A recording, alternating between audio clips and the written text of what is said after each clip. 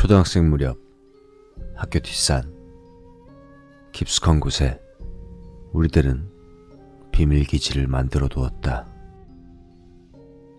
비밀기지라고 해도 상당한 노력을 들였기에 제법 훌륭했다.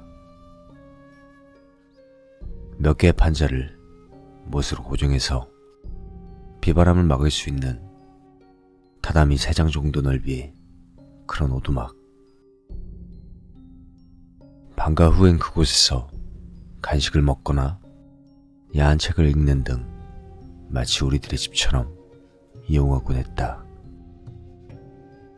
그곳을 아는 것은 나와 진, 준, 그리고 2마리의 개정도였다.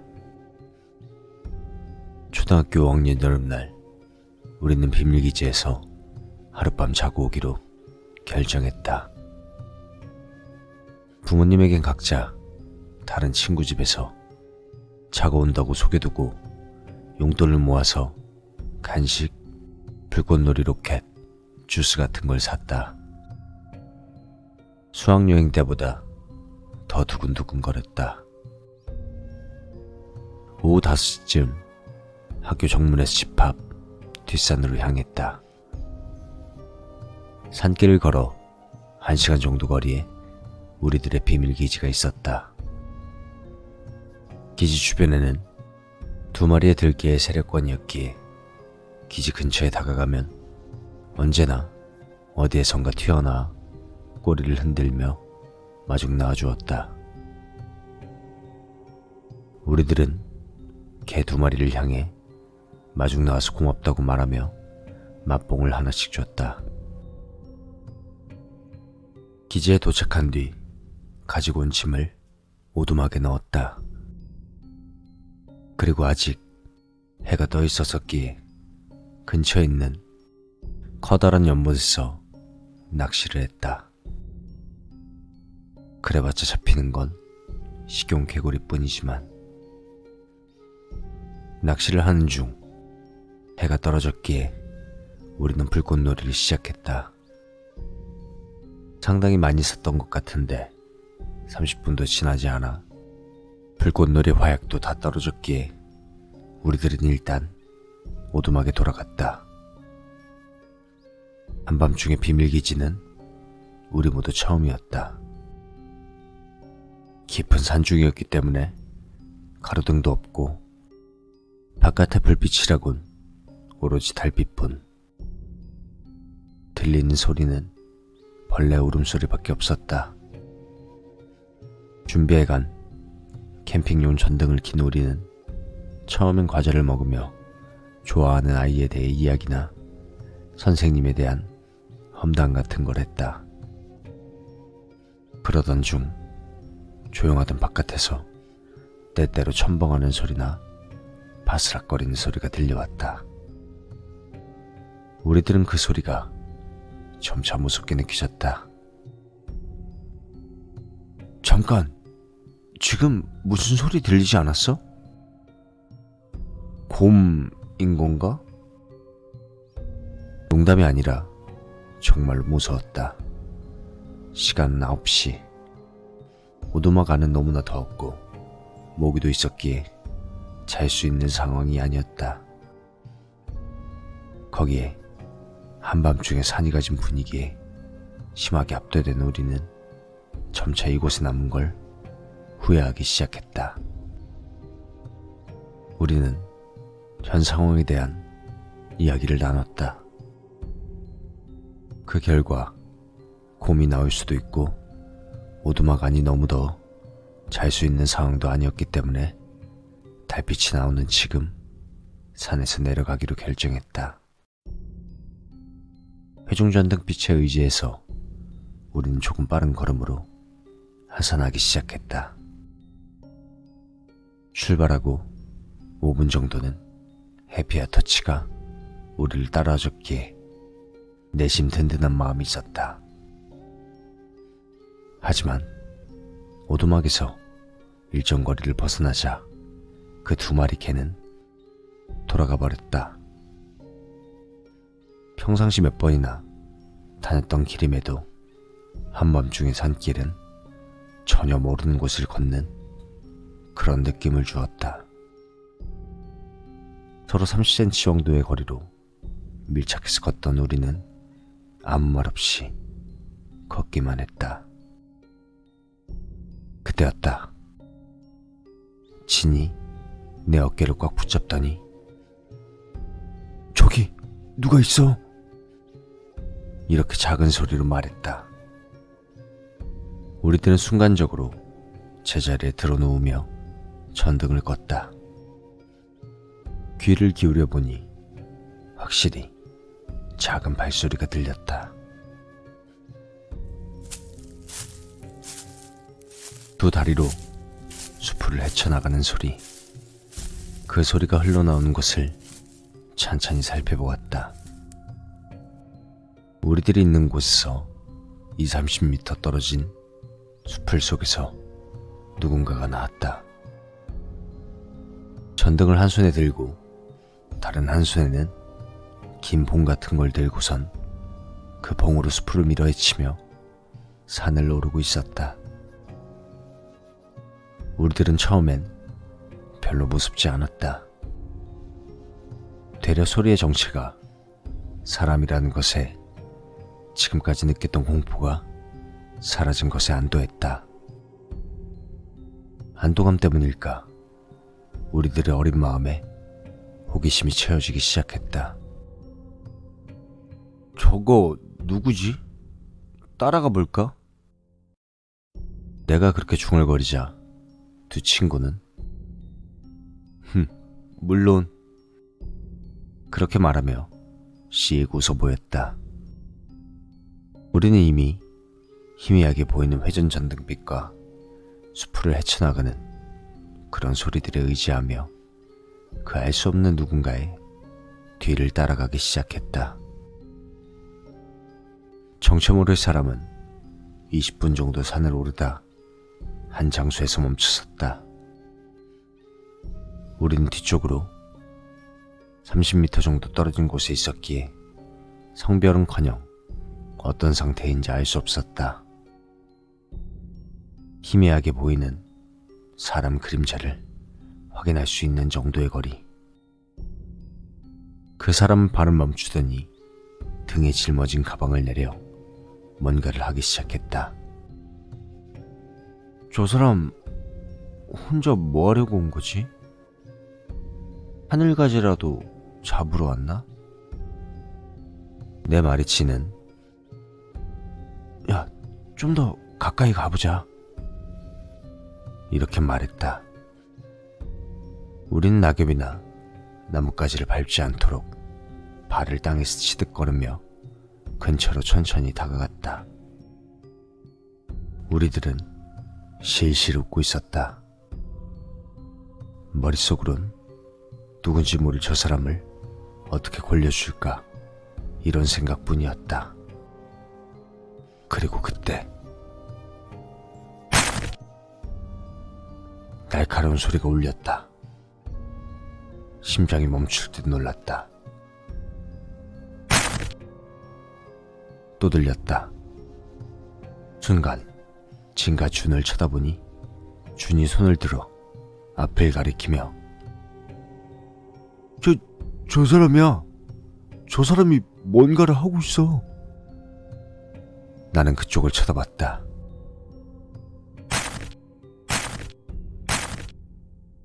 뭔가를 나무에 내리치고 있었다. 손에 든 게 뭔지는 보이지 않았지만 그것이 저주의 의식이라는 건 곧바로 알 수 있었다. 왜냐면 이 산은 옛날부터 저주를 거는 인형에 대한 이야기가 많았기 때문이다. 그저 뜬 소문이라 생각했는데 실제로 보게 될 줄은. 나는 너무나 무서워서 야, 도망치자 이렇게 말했지만 진이 말하길 저 사람 여자 같은데? 그 말에 준은 어떤 사람인지 보는 거 어때? 좀 더 근처로 가보자고. 그러면서 두 사람은 다시 움직였다. 나는 도망치고 싶었지만 겁쟁이 취급당하는 것도 싫었기에 마지못해 두 사람 뒤를 쫓았다. 여자의 거리가 줄어들 때마다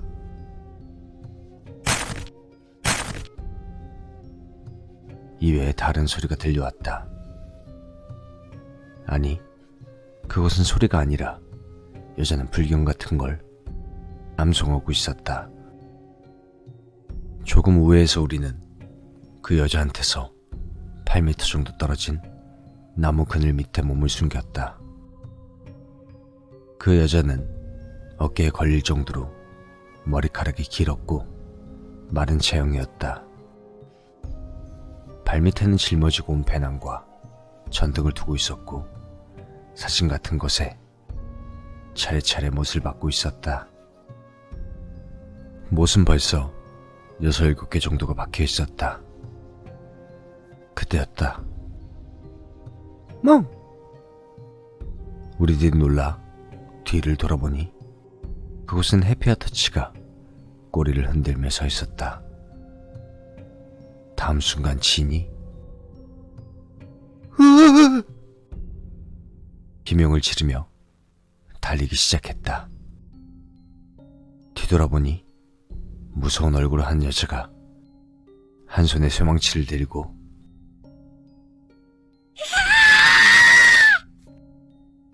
이런 괴성을 지르며 이쪽을 향해 달려오고 있었다.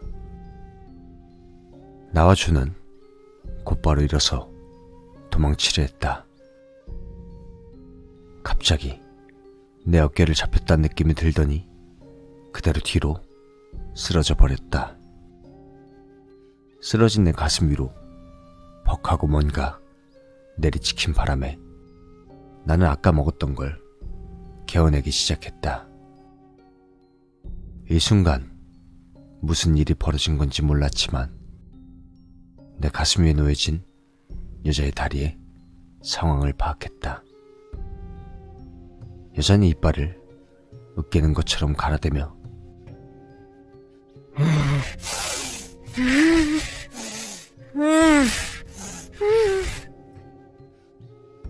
뭐라 형언할 수 없는 그런 소리를 냈다. 고통은 더 이상 느껴지지 않았다. 공포로 인해 고통을 느끼지 않게 된 것 같았다. 나는 여자한테서 눈을 뗄 수 없었다. 시선을 떼어놓는 순간 저 손에 들린 쇠망치를 내리칠 것만 같았다. 그런 상황에서도, 아니, 그런 상황이기 때문일까, 그 여자의 얼굴은 아직도 생각난다. 나이는 40살 정도일까. 조금 야윈 얼굴에 핀자일을 휘번뜩 내보이며 나를 내려다보고 있었다. 이빨은 악물고 있었고 흥분해서인지 몸을 조금씩 떨었다. 어느 정도의 시간이 지난 걸까 짐작조차 할 수 없었다. 여자가 내 얼굴을 확인하려는 듯 천천히 고개를 숙인 순간 터치가 여자의 등에 달려들었다. 순간적으로 여자의 몸이 비틀거리며 내 가슴을 짓밟던 다리가 떨어졌다. 거기에 해피도 여자에게 달라붙었다. 그 두 마리는 평상시 우리와 자주 놀았기에 이 여자도 자신들과 놀아줄 거라 그리 생각한 듯 했다. 난 찬스를 놓치지 않고 재빨리 일어서서 달리기 시작했다. 빨리! 빨리! 조금 떨어진 곳에서 진과 준이 손전등을 흔들며 나를 불렀다. 나는 빛이 보이는 곳으로 급하게 달렸다. 벅! 뒤쪽에서 둔탁한 소리가 들렸다. 나한테는 뒤돌아볼 여유가 없었다. 우리 3명이서 산을 내려왔을 때는 벌써 12시가 지나 있었다. 발소리는 들리지 않았지만 여자가 쫓아올 수 있다 생각해서 진의 집까지 달려서 도망쳤다. 진의 집에 도착하자 나는 울컥하고 웃음이 터뜨렸다. 극도의 긴장감에서 풀려났기 때문일까. 나와 달리 주는 엉엉하고 울었다. 나는 비밀기지는 이제 갈 수 없겠어. 그 여자가 우리를 기다리고 있을지도 모르니까. 이렇게 말했다. 그러자 주는 울면서 바보야, 날이 밝으면 다시 가봐야 해. 이렇게 말했다. 내가 어째서라고 생각하고 있자니 진이 말해줬다. 네가 그 여자한테 도망쳤을 때 해피랑 터치가 당한 것 같아. 그 여자가 터치를 주는 통곡했다. 이야기는 이랬다. 달려가는 나를 뒤에서 때리려 했기에 해피가 여자에게 덤벼들었고 쇠망치에 맞았다. 여자는 한 번 더 나를 쫓으려 했지만 터치가 발밑에서 방해했고 결국 쇠망치에 맞아 죽게 되었단다. 그리고 여자는 우리 쪽을 한 번 돌아본 뒤 널브러진 개들을 계속 때렸다고 했다. 결국에 우리는 낮이 되어 밝아지면 다시 한 번 더 산에 오르기로 했다. 흥분했기 때문인지 새벽까지 잠을 이루지 못했다.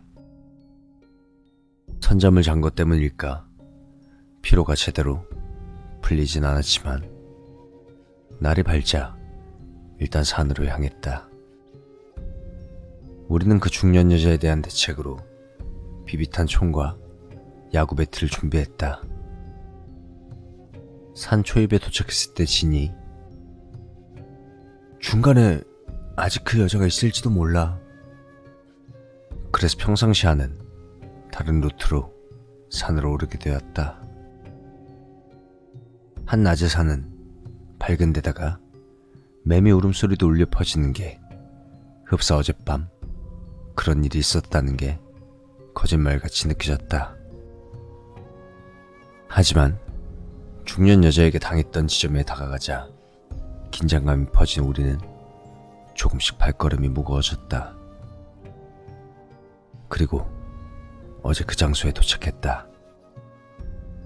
배트를 든 손에 식은땀이 가득 찼다. 여자가 못을 받고 있던 나무가 보였다.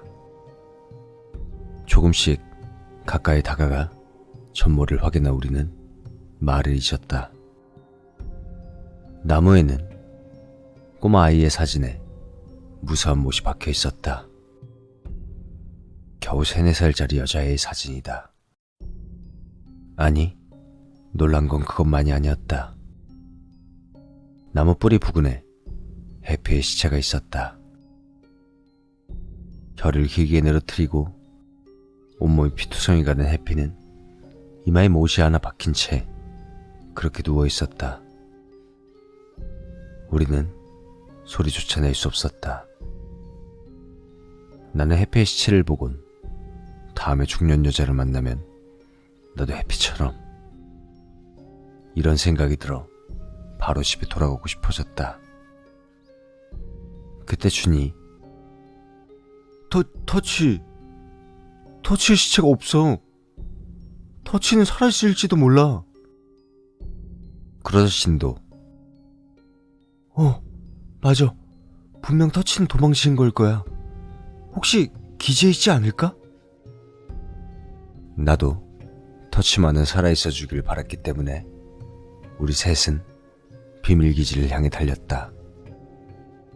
비밀기지가 보이는 곳에 급하게 달려왔을 때 진이 갑자기 멈췄다. 나와 주는 중년 여자라고 생각해 바로 몸을 숙였지만 진은 망연히 손을 들어 뭐야 저거? 기지 쪽을 보며 이렇게 중얼거렸다. 나와 준은 천천히 일어서 기지 쪽을 보았다. 뭔가 기지의 모습에 위화감이 느껴졌다. 처음엔 몰랐으나 곧바로 기지 지붕에 무언가 붙어있는 게 보였다. 근처에 다가가서야 그것이 준이 기지에 두고 왔던 가방이란 걸 알 수 있었다. 헌데 기지 지붕 전체에 못이 빼곡히 박혀있는 게 아닌가. 우리는 경악했다. 이 비밀 기지 중년 여자한테 들켰어. 진이 손에 든 배트를 꽉 쥐고 천천히 기지로 다가갔다. 나와 준은 뒤쪽에서 비비탄 총을 겨냥했다. 중년 여자가 기지 안에 있을지도 모르니까. 진은 천천히 움직여 문 근처로 이동했다. 그리고 문에 손이 닿자마자 재빨리 열어젖혔다. 우리는 진과 같은 반응을 보였다. 터치의 이마에는 역시나 못이 박혀 있었다. 이걸 보고 나는 생각했다. 그 여자는 터무니없는 미치광이다. 어젯밤 이 산에 남아있었던 걸 진심으로 후회했다. 터치의 시체를 보며 멍해 있는 동안 무언가를 발견한 진이 다급한 목소리로 소리쳤다. 저거! 나와 준은 아무 말 없이 그가 가리킨 곳을 보았다. 기지 안에는 벽이나 마룻바닥에 이상한 위화감이, 뭔가가 새겨져 있었다. 가까이서 확인해보니 준 죽어, 준 죽어, 준 죽어. 못으로 새겨놓은 듯한 글자가 무수하게 적혀 있었다. 준은 아무 소리도 못한 채 그대로 굳어 있었다. 우리들도 놀랐다. 어째서 이름을 들킨 걸까? 준의 가방에 이름이 쓰여져 있었잖아. 진의 말에 나는 바깥에 있던 가방을 확인해 보았다. 못이 무수하게 박힌 가방에는 확실히 5학년 3반 준 이렇게 적혀 있었다. 준은 울기 시작했다. 나랑 진도 울고 싶었다. 학년과 반, 거기에 이름까지 들켜버린 것이다. 이제 도망갈 수 없다. 나랑 진도 들킬 거야. 머릿속이 새하얘졌다. 우리 모두 더치나의 피처럼 이마에 못이 박힌 채 살해당한다. 진이 말했다. 경찰에 말하자. 이제 안 돼. 우리 도망갈 수 없어. 나는 패닉 상태로 경찰에 말하면 비밀기지에 대한 거나 어젯밤 거짓말했던 걸 들켜서 엄마 아빠한테 혼날 거야. 이런 바보 같은 소리를 했다. 당시에는 부모님에게 혼나는 게 가장 무섭다고 생각하기도 했지만 어쨌든 준은 계속 울고만 있었다. 우리들은 뭐라고 할 말도 없었다.